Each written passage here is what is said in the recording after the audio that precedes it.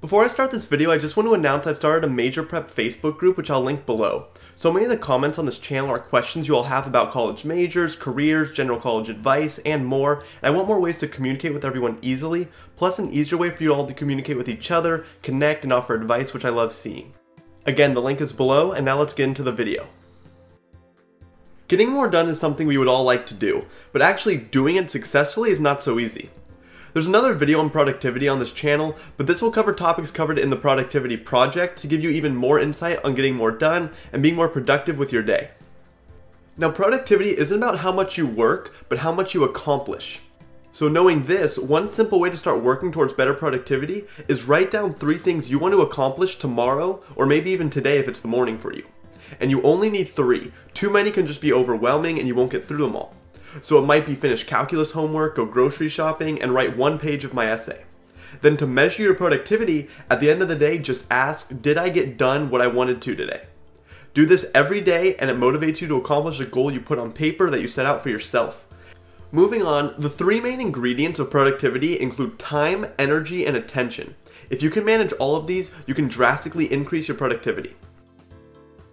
So first I want to talk about energy.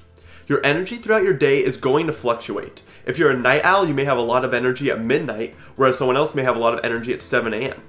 The author did an interesting experiment where he rated his energy on a scale of 1 to 10 throughout the day. Every hour he would rate how he's feeling and make a plot of it. He knows that there were certain spikes in his energy where he felt less exhausted and more willing to work. Knowing how your energy levels fluctuate can then help you plan exactly when to do your most important tasks, like studying for an important test or working on an important project. Then your times of having lower energy can be left for relaxing or less meaningful work like returning emails or cleaning your room. Also, you can note not to do the meaningless tasks during your high energy spikes because that will lower how effective your work is. And this is something you can try yourself. Track your energy throughout a day or maybe a few and take some averages to determine how your energy levels change. Then when it comes to your time, the author actually says this should take a backseat to managing your energy and attention when it comes to being productive. So focusing on energy and attention can be more important than time management. Now this doesn't mean you can't manage time well. You need to in order to get difficult tasks and projects done. But there have been many studies that have shown that working longer hours doesn't mean you're that much more productive. As in working 60 hours per week versus 45 hours doesn't mean you get 15 more hours worth of work done. In fact, they found that you can be really productive by working less hours.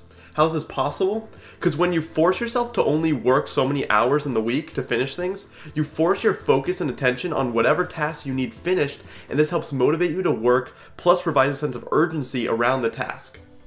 Now, of course, there are exceptions to this. You can't work for 1 hour to try to finish a 20-hour-long project. Entrepreneurs who work 80 hours a week on their business might argue this as well. However, in the short term, working a lot can definitely be helpful, especially when you have deadlines to make. But in terms of long term, working 80 hours per week every week can be disastrous, especially when you're not maximizing your attention and energy. Next, not all tasks are created equal.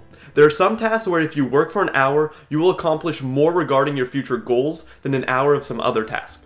For example, spending an hour cleaning your room might be really needed, but it likely won't get you much closer to your income or career goals.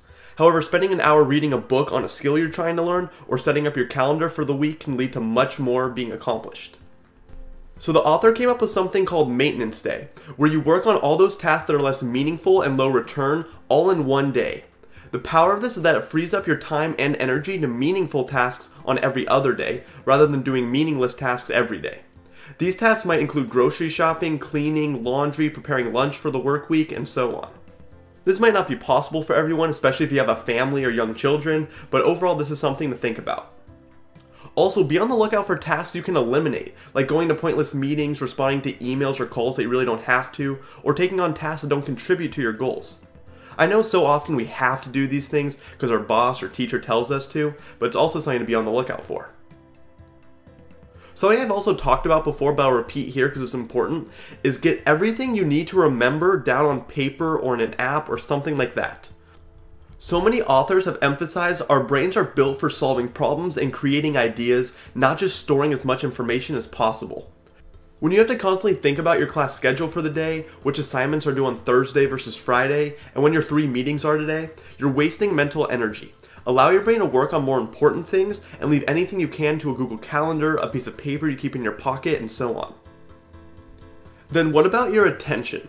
How many times do you find your mind wandering when sitting in class or reading a book you don't want to? That's your attention floating away from the task at hand.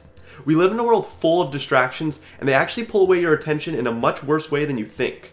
Maybe you just check your phone because of a text, or you get a Facebook notification, or you see a video called How to Get More Done in your feed, and click it because it'll just be a few minutes.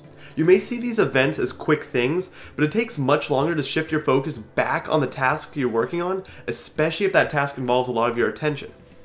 One thing to try is removing these potential distractions before they happen.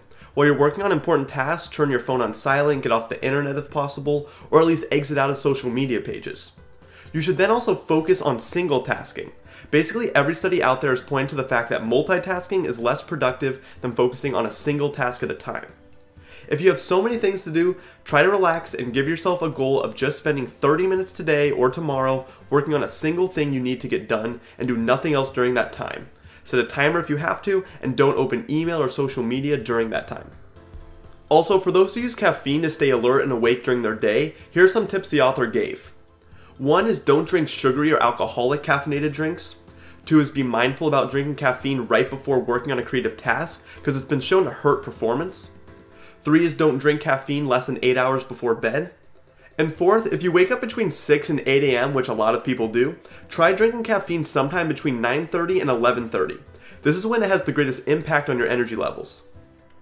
Then when it comes to sleep, the author says it actually doesn't really matter whether you're a morning person or a night person, it matters what you do with the time you're awake. So just be sure to get enough sleep. Losing 1 hour of sleep from what you need can yield 2 hours of lost productivity. To end this, we all want those big changes that are going to make us 10 times more productive tomorrow. But in reality, that's usually not how it goes. Maybe you'll be motivated by a video like this or the 5 others you may watch after, and you're really productive today and tomorrow, but that could be a thing of the past by next week. In reality, we accomplish big things by doing small things every day. So you don't have to quit social media altogether. Just get off of it for an hour tomorrow to work. Or just write out 3 tasks to finish tomorrow, and this can take less than a minute. Start by doing things that aren't going to completely change your day so you don't have a reason to quit very quickly. Just like compounding interest in a bank, you'll be amazed at what small changes can do to your life over a few weeks, to a few months, to a few years. The author of this book spent years studying productivity and trying things like meditating 35 hours in a week or working 90 hours in the week versus 20. He did so much to find out what worked best for him and tracked his progress along the way. These are just some of the things that have been proven to work so you can just get to being more productive now. I hope this video helped, and if you liked it, don't forget to comment, like, and subscribe, and I'll see you all next time.